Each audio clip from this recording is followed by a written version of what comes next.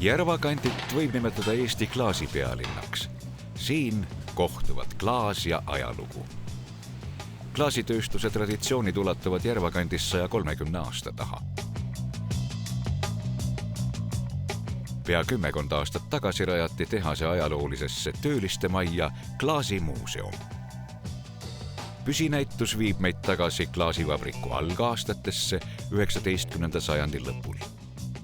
Tänaseks on Euroopa struktuurifondide toel muuseumile lisandunud ka klaasikoda, kus saab jälgida klaasimeistrite tööd ja ka ise kätt proovida.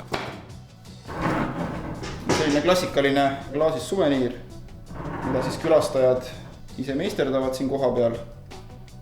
Vahest tulevad igasugused hülge, kujulised või muud loomad, aga põhiline on see, et inimene on oma käega selle valmis teinud.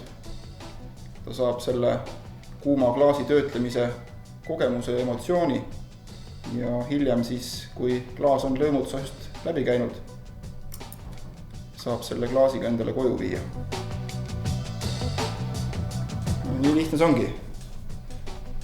Nokk, saba ja kael. Muuseumi õuel asub näitusemaja, mille 90 ruutmeetrit ekspositsioonipinda tutvustavad tänaste Eesti klaasikunstnike loomingut. Klaasimuuseumi külastuskeskuses toimuvad rahvusvahelised klaasipäevad ja konverentsid, mis tõstavad Järvakandi kui ajaloolise klaasivalmistamise keskuse tähtsust ja muudavad asula atraktiivseks kultuuriloost huvitatud külalistele.